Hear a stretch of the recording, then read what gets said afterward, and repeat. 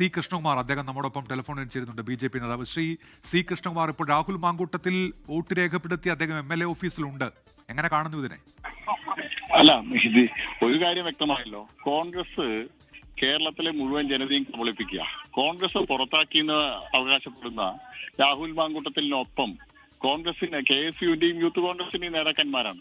ഒന്നുകിൽ KPCC president Rahul മാങ്കൂട്ടത്തിലെ ഞങ്ങൾ പുറത്താക്കാൻ തയ്യാറല്ല, ഞങ്ങളുടെ പാർട്ടിയുടെ ഭാഗമാണെന്ന് പറയാനുള്ള ആർജവം കാണിക്കണം. അല്ലാതെ ഈ ഒളിച്ചുകളി നടത്തി കേരളത്തിലെ ജനങ്ങൾ എന്തിനാ കബളിപ്പിക്കുന്നത്? ഞങ്ങൾ നേരത്തെ തന്നെ ആരോപിച്ചിരുന്നു, കോൺഗ്രസിലെ ഒരു വിഭാഗം നേതാക്കന്മാർ രാഹുൽ മാങ്കൂട്ടത്തിന് സർവ്വവിധ പിന്തുണയുമായി കൂടെയുണ്ട്. എന്തായാലും കേരളത്തിലെ ജനതയ്ക്ക്, പൊതുസമൂഹത്തിനൊരു കാര്യം ബോധ്യമായി. കേരളത്തിലെ കോൺഗ്രസ് സ്ത്രീകൾക്കെതിരായിട്ടുള്ള നിലപാടാണ് സ്വീകരിക്കുക.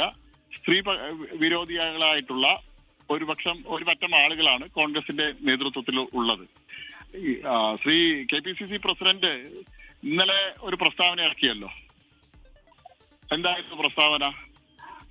രാഹുൽ മാങ്കൂട്ടത്തിനെതിരായിട്ടുള്ള രണ്ടാമത്തെ പരാതി അത് മുൻകൂട്ടി തയ്യാറാക്കിയ ഒരു പരാതിയാണെന്നുള്ളത്. ഒരു പീഡനത്തിനിരയായ ഒരു കുട്ടി നൽകിയ പരാതിയെ സംബന്ധിച്ച് ഉത്തരവാദിത്തപ്പെട്ട സ്ഥാനത്തുള്ള കേരളത്തിലെ പ്രധാനപ്പെട്ട ഒരു രാഷ്ട്രീയ പ്രസ്ഥാനത്തിന്റെ സംസ്ഥാന അധ്യക്ഷൻ പറയുകയാണ്. പക്ഷേ ഇപ്പോൾ പ്രതിപക്ഷ നേതാവ് അത് തിരുത്തിയിട്ടുണ്ട് കേട്ടോ ശ്രീ സി കൃഷ്ണകുമാർ. പ്രതിപക്ഷ KPCC പ്രസിഡന്റ് തിരുത്തിയിട്ടില്ലല്ലോ. KPCC പ്രസിഡന്റ് VD സതീശൻ പ്രതിപക്ഷ നേതാവ് പറഞ്ഞതിനോട് ഞാൻ യോജിക്കുന്നു എന്ന് പറഞ്ഞാൽ അത് കോൺഗ്രസിന്റെ ഔദ്യോഗിക നിലപാടായിട്ട് അംഗീകരിക്കാൻ കഴിയും.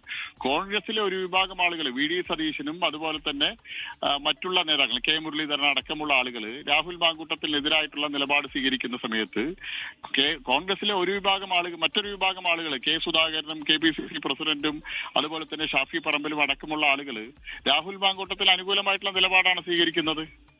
അപ്പൊ കോൺഗ്രസില് ഈ ഷാഫി പറമ്പിലിന്റെ നേതൃത്വത്തിലുള്ള, രാഹുൽ മാങ്കൂട്ടത്തിന്റെ നേതൃത്വത്തിലുള്ള ഈ സംഘത്തെ ഒരു വിഭാഗം ആളുകൾ ഭയക്കുന്നു എന്നുള്ളതിന്റെ തെളിവാണ് KPCC പ്രസിഡന്റിന്റെ പ്രസ്താവന, K സുധാകരന്റെ എല്ലാ പ്രസ്താവന. അവരുടെ ബ്ലാക്ക് മെയിലിങ്ങിന് KPCC പ്രസിഡന്റ് അടക്കമുള്ള ആളുകൾ വഴങ്ങിക്കൊടുക്കുന്നു എന്നുള്ളതാണ് കാണിക്കുന്നത്. ഇപ്പോൾ DCC അധ്യക്ഷൻ ശ്രീ A തങ്കപ്പൻ പറഞ്ഞത് അവരുടെ പ്രമുഖരായ നേതാക്കളൊന്നും ഇല്ല, രാഹുൽ എന്ത് വേണമെങ്കിലും ചെയ്തു കൊള്ളട്ടെ എന്നുള്ളതാണ്. ഇല്ലെങ്കിൽ ഒരു രാഷ്ട്രീയ പാർട്ടിയുടെ പ്രാഥമിക അംഗത്വം നിന്ന് പുറത്താക്കിയ ഒരാളെ കോൺഗ്രസിന്റെയും യൂത്ത് കോൺഗ്രസിന്റെയും KSUവിന്റെയും പ്രാദേശികമായിട്ടുള്ള നേതാക്കന്മാർ അവരെ സ്വീകരിക്കുന്നു, അവരെല്ലാവിധ സംരക്ഷണവും കൊടുക്കുന്നുണ്ടെങ്കിൽ ഒരു രാഷ്ട്രീയ പാർട്ടി എന്നുള്ള നിലയിൽ കോൺഗ്രസിന്റെ DCC പ്രസിഡന്റ് എന്താ ചെയ്യേണ്ടത്? അവരെ വാണിംഗ് ചെയ്യണം. അവരെ തുടർന്നും അത്തരം കാര്യങ്ങൾ ചെയ്യുന്നുണ്ടെങ്കിൽ അവർക്കെതിരായിട്ട് നടപടി സ്വീകരിക്കണം. തലശ്ശേരിയിൽ നമ്മൾ കണ്ടല്ലോ, പാർട്ടിയിൽ നിന്ന് പുറത്താക്കിയ രാഹുൽ മാങ്കൂട്ടത്തിനെതിരായിട്ടുള്ള പോസ്റ്ററുകൾ വന്ന സമയത്ത് KSU പ്രവർത്തകർ ഇറങ്ങി അത് എടുത്തു മാറ്റുന്നു. ഇത് എന്താ തെളിയിക്കുന്നത്? രാഹുൽ മാങ്കൂട്ടത്തിൽ ഇന്നും അനൌദ്യോഗികമായിട്ട് കോൺഗ്രസിന്റെ ഭാഗമാണ്. കോൺഗ്രസിലെ ഒരു വിഭാഗം ആളുകൾ എല്ലാവിധ പിന്തുണയും രാഹുൽ മാങ്കൂട്ടത്തിൽ കൊടുക്കുന്നു.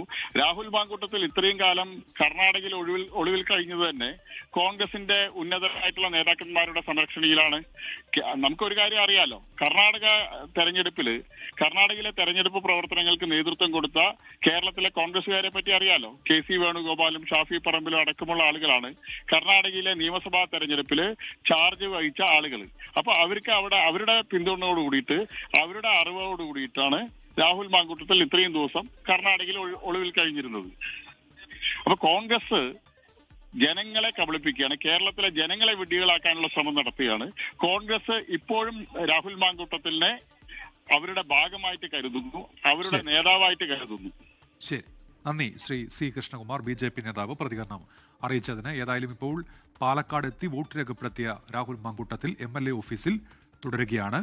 ലോകത്തെവിടെയായാലും ഏത് സമയത്തും 24 വാർത്തകളും ഓഗ്മെന്റഡ് റിയാലിറ്റി പാക്കേജുകളും എക്സ്പ്ലെയിനറുകളും വിശദമായി കാണാൻ ഞങ്ങളുടെ YouTube ചാനൽ നിങ്ങൾക്ക് സബ്സ്ക്രൈബ് ചെയ്യാം.